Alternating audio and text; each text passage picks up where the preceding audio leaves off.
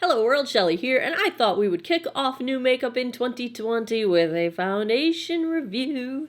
I have a bunch of new releases. I asked on Instagram which one you guys would like to see first, and the results were overwhelming. You wanted to see the Estee Lauder Futurist Hydra Rescue Moisturizing Makeup SPF 45. That's a name. This retails for $45. You get 1.18 fluid ounces of product, which is about $38 per ounce. If you are comparing apples to apples, it comes in 20 different shades. I got the second lightest shade, which is 1N2 Ecru, light with neutral rosy undertones. The lightest shade is 1N0 Porcelain, described as very light with neutral undertones. Now, you may know if you've seen my foundation reviews before that when I color match a foundation, if I'm buying it online, I will use the various foundation match, the shade finder on Sephora or the Findation.com website, etc. I will compare foundation shades to the Estee Lauder Double Wear Stay in Place in 1C1 Cool Bone. That is a very good match for me. It's a little on the peachy side, but I prefer peachy pink to anything yellow. So I also have 1C0 Shell in the Double Wear, and it's a little too light for me.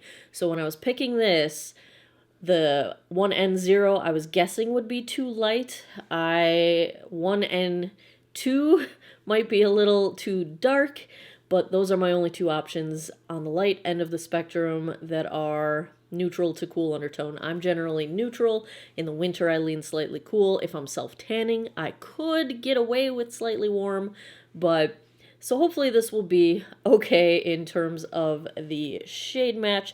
Let's take a look at some of their claims. Coverage plus care, powered with high-performance Estee Lauder skincare. Futurist Hydra Rescue Moisturizing Makeup SPF 45 is a breathable, skin-loving makeup with a 12-hour radiant glow. The moisturizing makeup is infused with ion-charged water, plus probiotic technology and chia seed extract.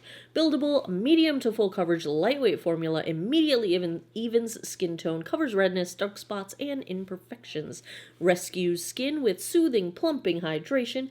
It's natural-looking makeup that lights skin with an instant radiant glow that lasts 12 hours. Ooh. All day long wear. Looks flawless, smooth, stays color true, comes in 20 shades, buildable, medium to full coverage, flawless, radiant finish. It's non-acnogenic, dermatologist tested. Yeah, that looks like all of the claims. Let's take a look at this one swatched against a few others in my collection. Let's swatch. First up is today's foundation, the Estee Lauder Futurist Hydra Rescue Foundation in shade 1N2 Ecru. Second, I've got the Estee Lauder Double Wear Stay in Place in 1C1 Cool Bone.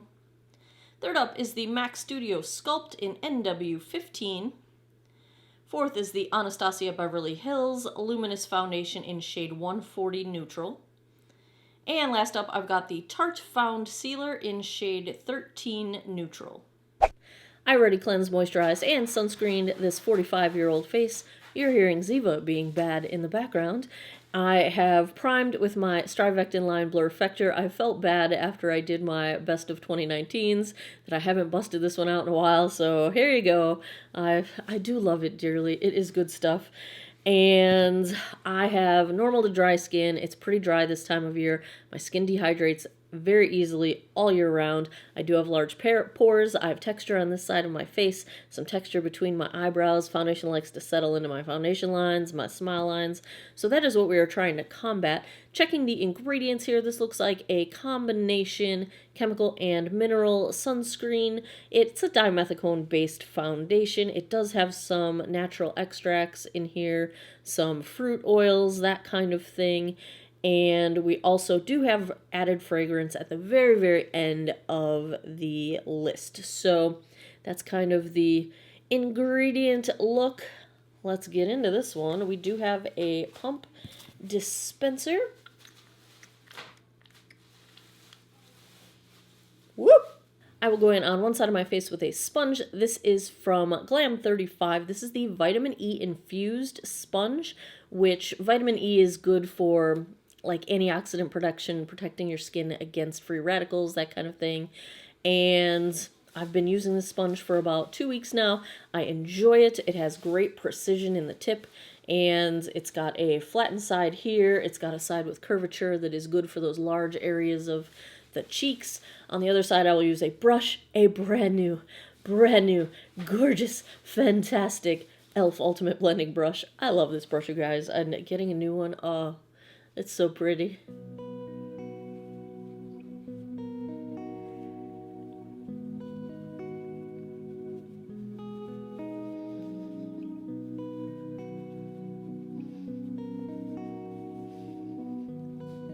This is blending out very easily. I do feel like we're getting pretty light coverage with one pass and the sponge, and it is clinging just a tiny bit to the texture between my eyebrows.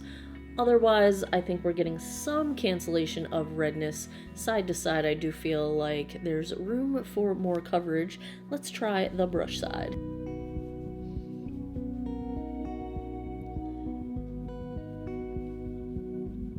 Also blending out very easily with the brush. I do think we're getting slightly better coverage with the brush, but the texture's a little nicer with the sponge, so I feel like this might be one of those combo foundations where you apply with a brush if you want the coverage, and then go over it with a sponge. I'm still seeing it grabbing to the texture and dry skin in between my eyebrows.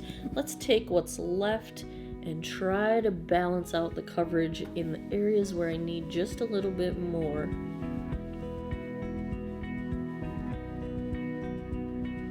Okay, this shade might be okay for me. This feels really nice and hydrating. Let's take a look. It is looking nice on skin that is not currently having dry patches, so I'd say it is nicely smoothing to a mild extent. It's not accentuating any of my fine lines. However, on my right side of my face, the non-nose ring side of my face, the brush side, it looks a little bit cakey, like it's caking up and not blending out properly on that cheek. And then it is clinging to the edges of dry skin and to the texture in between my eyebrows. There are just some spots where I can just see makeup sitting on top of the skin that doesn't really want to settle down and blend out. And I've tried to blend it out with fingertips. It really only makes it worse, so I'm gonna hope that we can get past this. This is remaining pretty tacky. I'm gonna give it a few minutes. We're probably gonna have to set with a little bit of powder, at least where I want to blend the rest of my makeup. Let's take a look at the time. It is 12:36. I'm gonna go put the rest of my face on. I'll be right back. Okay, I did end up setting this one with the Charlotte Tilbury Airbrush Flawless Finish Powder because it did stay pretty tacky, so I set my whole face. At that point, I had no trouble blending anything out. I used the Balm Desert Bronzer and the e.l.f. Primer Infused Blush. No problems there. I've been trying to just work on this patch of cakey product that's sitting on top of the skin here. And after I got all my makeup applied, I went back in with this sponge and kind of tapped it out. It helped a little bit, but I'm having mixed feelings. You know, it's still kind of clinging to all the dry skin and texture in between my eyebrows. Anyway, we're starting out with sort of a mixed bag. On the upside, it feels really good. Like, it feels like it's really hydrating. Like, my skin feels really happy. But we will see how everything goes. On the rest of my face, I'm trying out a bunch of new drugstore stuff that I will have a full review for you guys coming up. Just to show you, you've seen this one before, the Come As You Are palette from Carity. Probably one of my favorite palettes of life right now. I can't stop wearing it. I am trying out the Revlon Skin Lights highlighter. I am trying out the Bambi Eye Mascara. Was this L'Oreal? Was this Revlon? I don't even see it on the label. I already threw the package away. So that's that. I am trying out, there was something else new. Oh, yes, very, very pretty packaging. The Revlon, not Revlon, L'Oreal says it right on there. The matte signature matte eyeliner. Loved the packaging on this one. So I've got some new stuff that I'm trying out. I will keep you guys posted. My lip is the NYX Slip Tease in the shade Let's Get Physical. I will be back in a bit with a daylight check-in, and I will come back at the end of the night. We'll go over this one with my final thoughts. Hey guys, we are about 4 hours in, and everything looks nice with this foundation. I do like the finish a lot. It is radiant but not shiny, not too dewy looking. It's a little bit too dark for me comparing to my body, but close enough. Probably my summer shade. Can't really tell in the phone if this sort of cakey area is any better or how it's looking. I'll let you guys decide. So there we are, 4 hours in. I'll be back tonight, give you guys my final thoughts. 11:51 p.m. That puts us at 11 and a half, 12 hours, going on 12 hours at this point. Let's take a look at how the Estee Lauder Futurist Hydra Rescue held up. First off, let's talk comfort, feeling of wear. I almost forgot to film this outro, so pretty comfortable. When I forget that I'm wearing makeup, usually a good sign. I feel like this is not a drying formula at all. It's probably slightly hydrating. I do feel like my skin's hydration kind of kept up with where it started out throughout the day, so that's a good sign if you've got dry skin or skin that dehydrates very easily like I do. Let's take a look up close. Generally, as far as wear goes, they claimed a 12-hour wear, and I'm okay saying I think that their claim held up. It is starting to degrade a bit at this point. I've lost a little bit of coverage on my chin. It's settled very slightly into my deepest chin line, but it did not settle into my smile lines or any of the wrinkles around my mouth. Did not settle into my forehead lines, did not settle into my crow's feet, so overall I think it handles fine lines quite well. I'm losing a little bit of coverage around my nostrils, but blush, bronzer, highlight are still very well intact. Even my nose looks okay, which is surprising. The part where it was a little bit cakey on my cheek does not look as bad as it did when we started out this morning, so I'm going to chalk that up to some kind of deformity in my skin today. The sort of caking that was going on in between my eyebrows is still an issue. That really hasn't changed, but my forehead looks fine.